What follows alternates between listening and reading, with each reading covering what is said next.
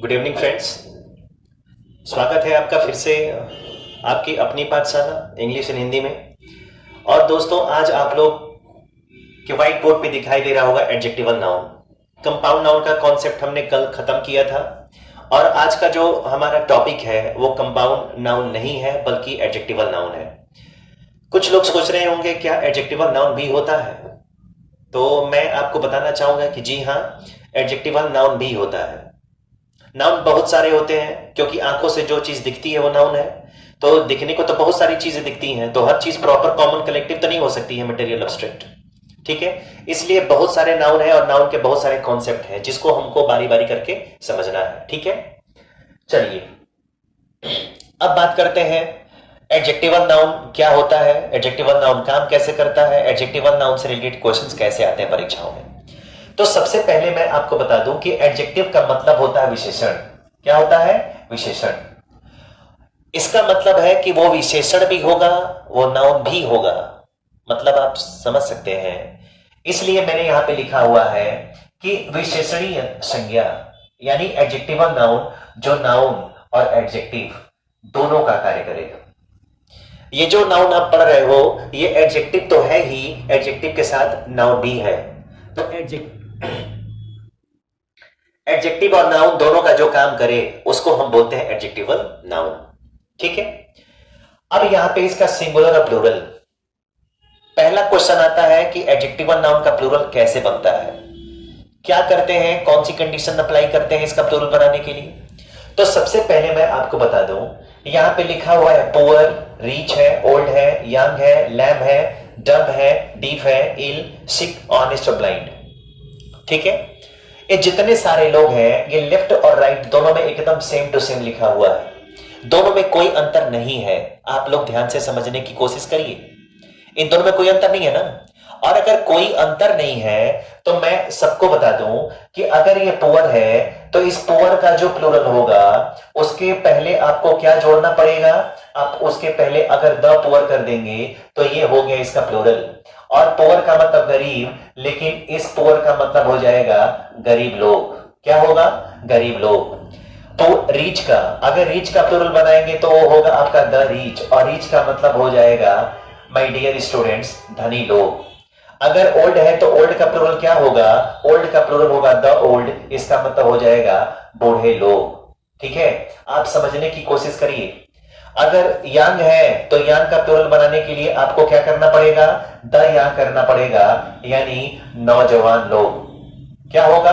नौजवान लोग। यानी ऐसे करते करते द लैम हो जाएगा, द डम होगा, द डीफ होगा, द इल होगा, यहां पे द सिक होगा, यहां पे द ऑनेस्ट होगा, यहां पे द ब्लाइंड होगा। यानी एडजेक्टिवल नाउन को जब भी हम प्लूरल बनाने की कोशिश करेंगे तो याद रखिएगा, एडजेक्टिवल नाउन का प्लूरल बनाने के लिए हमको एस, ई एस और आई एस की नहीं बल्कि हमको उसके पहले द लगाने की जरूरत है। ठीक है, एक चीज और, आपको इसके पहले अगर कभी ए का प्रयोग अगर लिखा होगा तो गलत है, इसके पहले यदि एन का अगर प्रयोग लिखा होगा तो भी गलत है। ठीक है, द का प्रयोग आप कर सकते हैं और ये प्लूरल नाउन की तरह प्रयोग होगा। किसकी तरह प्रयोग होगा? प्लूरल नाउन की तरह यूज होता है, इसका कभी सिंगुलर नाउन नहीं होता है। याद रखने की कोशिश करिए, एडजेक्टिवल नाउन है, इसका इस्तेमाल आप प्लूरल नाउन की तरह तो कर पाओगे लेकिन इसका इस्तेमाल कभी सिंगुलर नाउन की तरह नहीं कर पाएंगे। तो प्लूरल नाउन पे मैंने सही का निशान लगाया है। अगर इसी को दोस्तों मैं अगर सिंगुलर नाउन की तरह अगर इस्तेमाल करूं, अगर इसका इस्तेमाल सिंगुलर नाउन की तरह करूं तो ये सिंगुलर नाउन की तरह इस्तेमाल नहीं होने वाला है, वो गलत है। ठीक है, एक चीज आप लोग याद रखिएगा।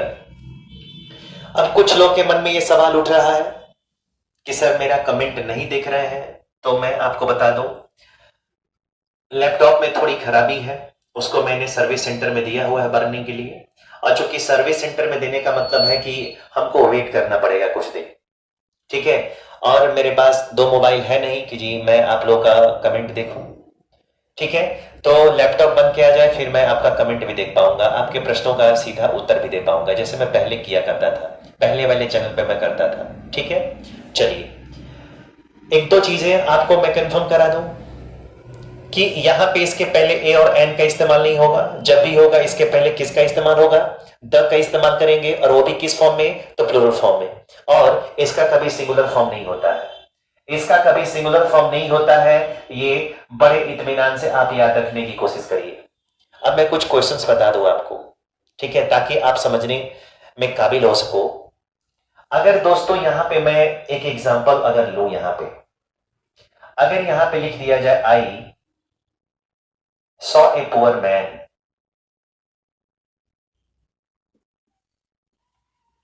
ये सेंटेंस भी करेक्ट है, ये सेंटेंस एकदम करेक्ट है, और लिखा गया I saw a poor man.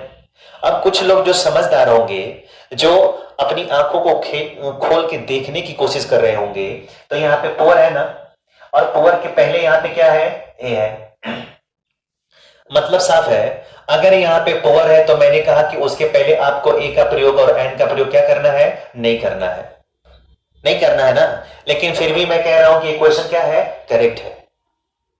अब कंफ्यूजन और बढ़ रहा होगा कि कंफ्यूजन, सर कंफ्यूजन दूर करने के बजाय कंफ्यूजन बढ़ा रहे हैं।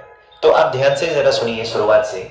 ये नाउन और एडजेक्टिव दोनों का काम करता है। किसका काम करता है, नाउन और एडजेक्टिव दोनों का। यहां पे जो मैन है वो क्या है आपका, तो ये मैन आपका नाउन है। और आदमी कैसा है, तो आदमी गरीब है। इसका मतलब है कि ये जो पुअर है यहाँ पे नाउन नहीं, बल्कि ये क्या है, एडजेक्टिव है। क्या है, ये एडजेक्टिव है। और आपसे एक चीज कही गई है कि इनका इस्तेमाल केवल प्लूरल नाउन की तरह करते हैं, सिंगुलर नाउन की तरह नहीं करते हैं, ठीक है। और जब ये नाउन और एडजेक्टिव दोनों का काम करेगा, तो एडजेक्टिव तो तभी होगा ना जब वो नाउन के पहले आएगा, क्योंकि एडजेक्टिव की प्रॉपर्टी तो वही है, एडजेक्टिव का गुण तो वही है कि वो नाउन और प्रोनाउन के पहले आकर नाउन की विशेषता बताता है। तो यहां पे नाउन को क्वालिफाई कर दिया इसने, तो यहां पे ये एडजेक्टिव है। और इन सब का इस्तेमाल नाउन के रूप में आप तभी करोगे जब इनके पहले आप किसका यूज करोगे, द का यूज करोगे, तब जाके ये प्लूरल फॉर्म में यहां पे आने वाले हैं। आई बात समझ में? तब जाके मैं यहां पे दूसरा एग्जांपल आपको देता हूं। अगर यहां पे लिख दिया जाए द पुअर, ठीक है, द पुअर, उसके बाद आ गया are weeping, the poor are weeping for food, गरीब लोग भोजन के लिए रो रहे हैं। यहां पे पुअर है, और पुअर के पहले यहां पे किसका इस्तेमाल किया गया है, द का इस्तेमाल किया गया है ना। इसका मतलब यहां पे गरीब लोग है, और यहां पे आने वाला ये शब्द कैसा है, आर है। तो याद रखिएगा हेल्पिंग वर्ब हमेशा प्लूरल होनी चाहिए, ठीक है। अब देखिए, आप कहेंगे कि सर ये पुअर और ये पुअर दोनों की तो स्पेलिंग सेम है, फिर ये कैसे एडजेक्टिव हो गया, और यहां पे हमको आपने बताया नहीं। अगर इसका इस्तेमाल नाउन के पहले होगा तो ही वो एडजेक्टिव हो सकता है माय डियर। यहां पे हेल्पिंग वर्ब है, और हेल्पिंग वर्ब को क्वालिफाई करने का राइट किसी के पास नहीं है, ठीक है। और डायरेक्ट इसके बाद हेल्पिंग वर्ब है ना, नाउन थोड़ी है। और अगर नाउन नहीं है, हेल्पिंग वर्ब है, इसका मतलब है कि ये खुद ही नाउन है। और कौन सा नाउन है, तो ये आपका एडजेक्टिवल नाउन है, ठीक है। चलिए एक और एग्जांपल लेते हैं। अगर यहां पे एक क्वेश्चन बहुत ही ट्रेंडिंग क्वेश्चन है, यहां पे आ गया द रीच, रीच के पहले यहां पे हमने द लगा दिया, the reach should help the, यहां पे आ गया पुअर। ये भी क्वेश्चन आपका करेक्ट है। अब जरा कुछ चीजें हैं जो मैं आपको बता दूं। यहां पे शुड है, और शुड क्या है आपका, हेल्पिंग वर्ब है। तो हेल्पिंग वर्ब के पहले क्या आ गया है, हेल्पिंग वर्ब के पहले जब भी आएगा यह काम किसका करेगा, एडजेक्टिवल नाउन का करेगा, तभी ना इसके पहले द का प्रयोग करेंगे। यानी अमीर लोगों को चाहिए सहायता करनी द पुअर, गरीबों की। और यहां पे पुअर है, तो पुअर के पहले यहां पे द का प्रयोग कर दिया गया है। तो अमीर लोगों को केवल एक गरीब की सहायता नहीं करनी चाहिए, बल्कि जितने गरीब तबके के लोग हैं सबकी सहायता करनी चाहिए। तो यहां पे इसने नाउन के पहले आया तो एडजेक्टिव का काम किया, हेल्पिंग वर्ब के पहले आया तो नाउन का काम किया, और यहां पे वर्ब के बाद आया तो उसने एडजेक्टिवल नाउन का काम किया। वर्ब के बाद दोस्तों जो आता है वो काम किसका करता है, ऑब्जेक्ट का। और हेल्पिंग वर्ब के पहले जो आता है वो काम किसका करता है, सब्जेक्ट का। बस यही अंतर है कि यहां पे जो द रीच है उसने हेल्पिंग वर्ब के पहले आके सब्जेक्ट का काम किया है, जबकि यहां पे वर्ब के बाद आकर, यहां पे ये वर्ब के बाद आकर इसने किसका काम किया है, ऑब्जेक्ट का काम किया है। ठीक है, तो ये चीजें मायने रखती हैं। ठीक है, अब जरा देखिए, कुछ और एडिशनल इंफॉर्मेशन है जिसको मैं आपके साथ शेयर करना चाहता हूं। ये जितना एडजेक्टिवल नाउन है, ये जितने सारे एडजेक्टिवल नाउन है, इनके साथ याद रखिएगा, बड़ा इंपॉर्टेंट है, इनके साथ दोस्तों अगर कभी एपोस्ट्रोफी यूज करने की बात आएगी तो गलत है। इसके साथ आप एपोस्ट्रोफी यूज कर ही नहीं पाओगे, ये वाला तो एकदम कर ही नहीं पाओगे, लेकिन एस के बाहर वाला अगर लगा हो तो सोचना भी पाप है। याद रखिए, सोचना भी पाप है। और इसके साथ केवल अगर एपोस्ट्रोफी यूज करने की बात आएगी तो ये तो नहीं कर सकते, लेकिन इसका इस्तेमाल एक स्पेशल कंडीशन है और किसी भी कंडीशन में आप नहीं कर सकते। मतलब देख लो यहां पे, poor, reach, old, young, lamb, डम, डीफ, इल, सिक, जितना भी होता है, जितने सारे एडजेक्टिवल नाउन्स हैं, उनके साथ आप कभी भी और कोई भी एपोस्ट्रोफी यूज नहीं कर पाओगे, कभी कर ही नहीं पाओगे। ठीक है, तो इसके बारे में सोचना बेकार है, लेकिन आपको क्वेश्चन समझना बेकार नहीं है, बल्कि बहुत जरूरी है। ठीक है, क्वेश्चन कैसे आएगा जरा मैं यहां पे आपको बता दूं। अच्छा लगा, बहुत सारे लोगों ने क्वेश्चन को सॉल्व करके और भेजा, बहुत सारे लोग, लगभग 33 लोग रजिस्टर्ड हो चुके हैं। ठीक है, और 33 लोगों ने अच्छा काम किया, अच्छा सॉल्व करके भेजा है मुझे। इक्का दुक्का क्वेश्चन को छोड़ के बाकी सारे क्वेश्चन आप लोग के करेक्ट हैं। अगर इसी वे में अगर आप लोग रहते हैं, ठीक है, और अभी मैं क्वेश्चन का लेवल इंक्रीज करने जा रहा हूं, धीरे धीरे पहले आप पढ़ डालो, पढ़ने के बाद आपका जो लेवल है वो मैं बढ़ा दूंगा, एसएससी सीजीएल टियर 2 कर दूंगा, क्योंकि जब बड़ी चीजें सीख लेंगे तो छोटी चीजें अपने आप हो जाएंगी। ठीक है, फिर आप फील कर पाओगे कि हाँ, मैंने अपना पैसा वेस्ट नहीं किया है, अच्छी जगह पे लगाया है। अब जैसे यही क्वेश्चन है, अगर मैं यहां पे ले लूं, ठीक है, अगर यहां पे ले लूं, वी शुड नॉट,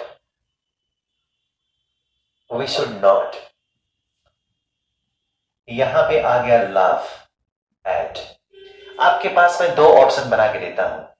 ठीक है, यहां पे आ गया द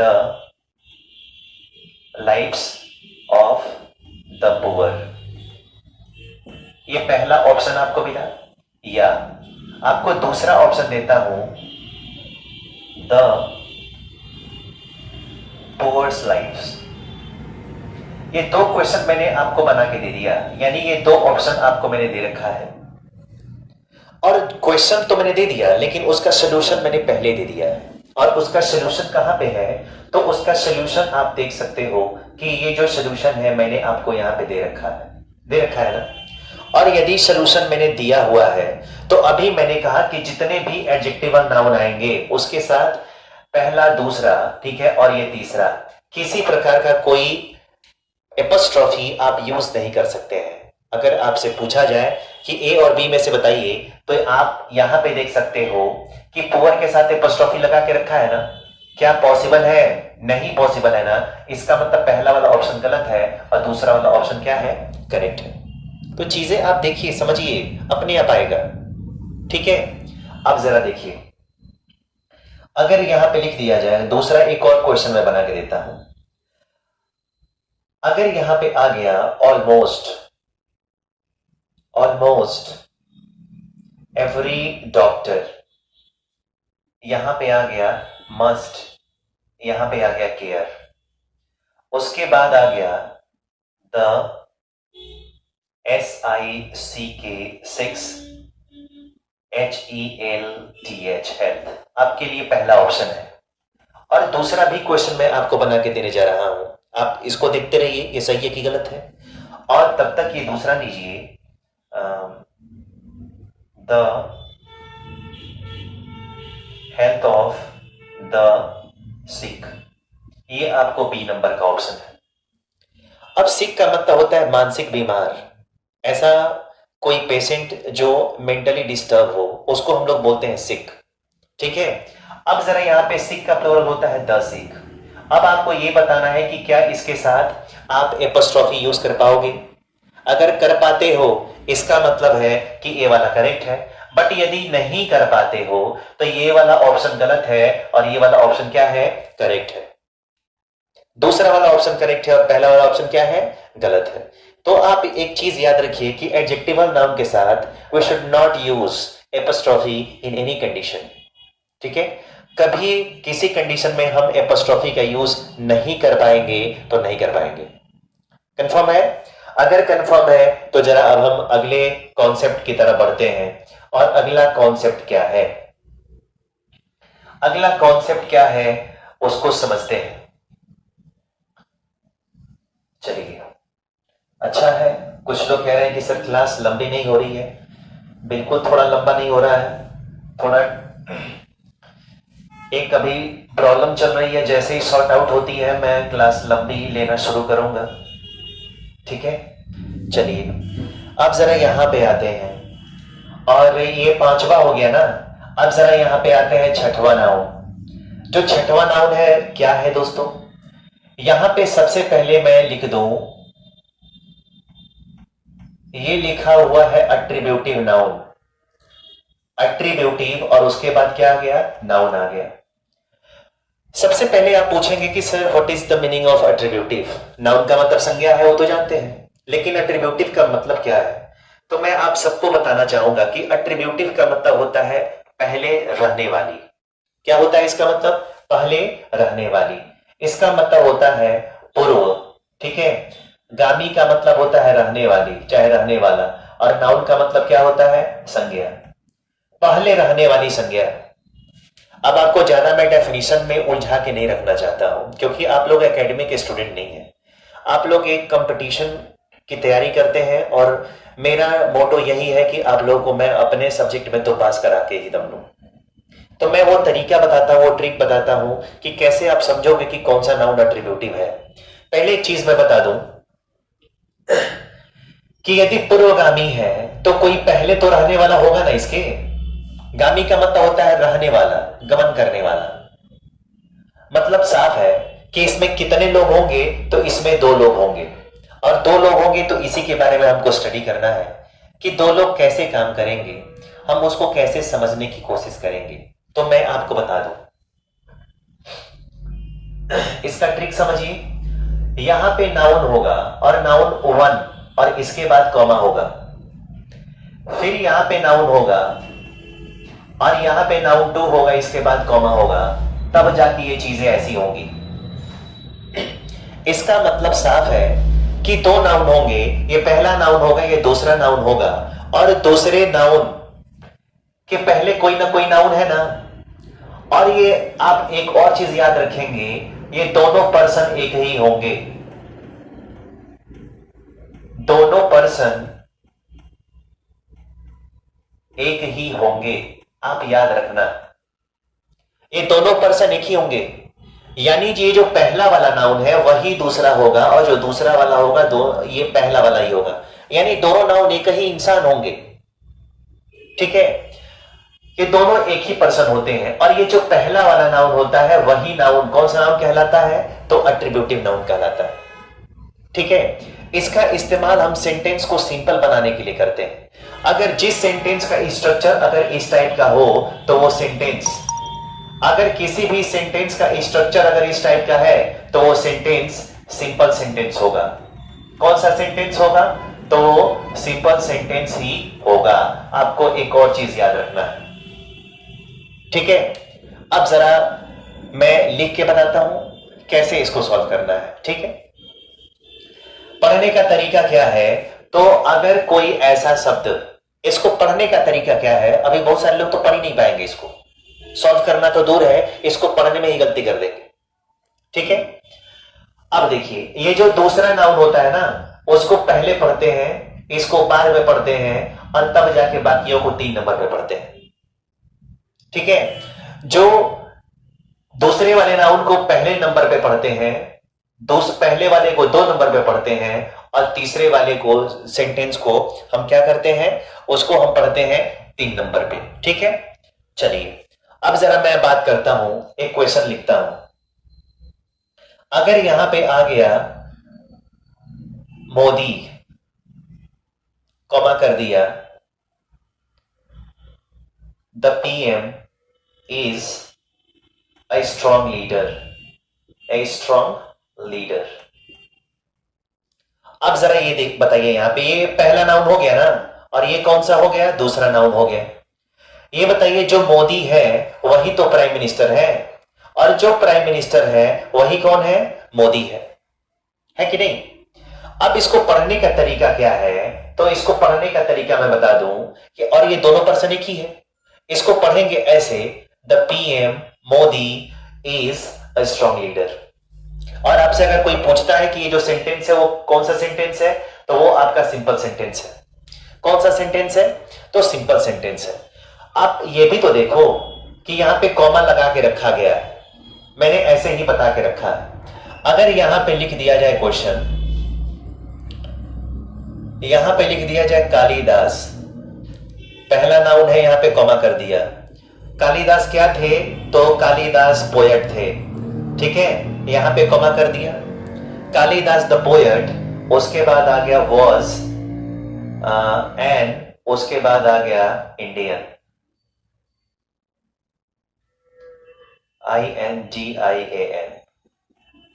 अब इसको पढ़ने का तरीका क्या है, इसको पढ़ेंगे the poet Kalidas was and Indian, ठीक है। और जब कोई नाउन किसी दूसरे नाउन के पहले प्रयोग होती है और दूसरे की विशेषता बताती है, तो ये जो नाउन है, यही आपका कौन सा नाउन कहलाएगा, यही आपका अट्रिब्यूटिव नाउन कहलाएगा, यही आपके लिए अट्रिब्यूटिव नाउन का काम करेगा, ठीक है। चलिए अब जरा इस पे दूसरा क्वेश्चन कौन सा है, अट्रिब्यूटिव नाउन से रिलेटेड दूसरे प्रकार का प्रश्न कैसे आएगा, आप लोग कैसे समझेंगे उसको, कम से कम ध्यान तो देंगे कि अगर ऐसा लिखा गया है तो इस पे एक और प्रकार का प्रश्न बनता है और परीक्षा में पूछा जाता है, वो कौन सा है, तो आप समझने की कोशिश करेंगे। इसको यहां पे मैं लिख देता हूं अट्रिब्यूटिव, यहां पे आ गया आपका नाउन। सबसे पहले मैं बता दूं, अगर यहां पे लिख दिया जाए सचिन, यहां पे पहला नाउन है, उसके बाद आ गया द प्लेयर, चलिए पहले इसको बदलते हैं, यहां पे आ गया सचिन्स, ठीक है, उसके बाद आ गया द प्लेयर्स, ठीक है, सन इज अर्जुन तेंदुलकर। आपको यह बताना है, मैंने सही का निशान लगा दिया है, तो ये मत समझ लीजिए कि ये करेक्ट है, आपको ये बताने की कोशिश करना है कि ये क्वेश्चन सही है या फिर गलत है।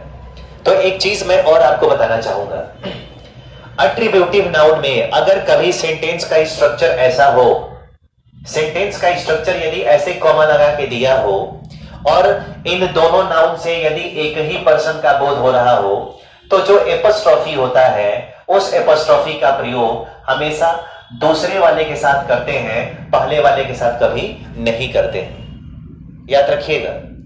अगर ये पहला नाउन है और ये अगर दूसरा नाउन है, तो ये बताइए जो सचिन है वही तो प्लेयर है, और जो प्लेयर है वही कौन है, वही सचिन है।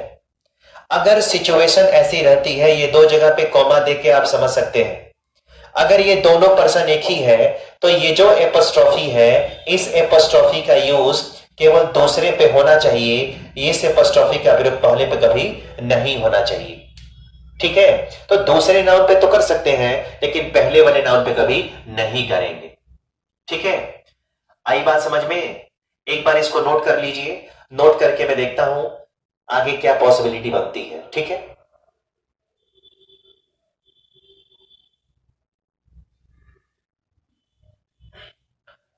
चलिए, उम्मीद है नोट हो गया होगा। अब आज के लेक्चर में हमने दो चैप्टर पे, दो हेडिंग पे बात की, और कौन कौन सी हेडिंग थी, तो पहला कंपाउंड नाउन था जो हम लोगों ने पिछले क्लास में डिस्कस किया था। आज हम लोगों ने पढ़ा एडजेक्टिवल नाउन, और एडजेक्टिवल नाउन से जितने क्वेश्चंस आते हैं वो मैंने आपको बताया, वो सिस्टम बताया, वो तरीका बताया। और जो लास्ट वन अभी हम लोगों ने पढ़ा है उसको बोलते हैं अट्रीब्यूटिव नाउन। तो अट्रीब्यूटिव नाउन कैसे होता है, कैसे काम करता है, इन सारे चीजों का कॉन्सेप्ट मैंने आपको सबको बता दिया है।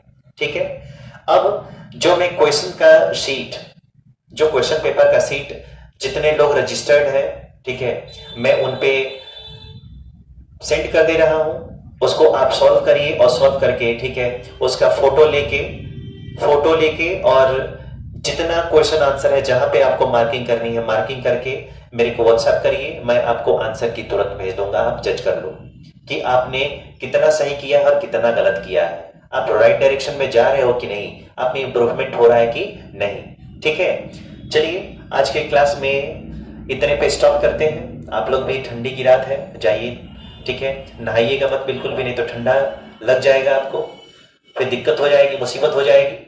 ठीक है, जैसे मेरे को लगा था। फिर मिलते हैं अगली क्लास पे, तब तक के लिए गुड नाइट।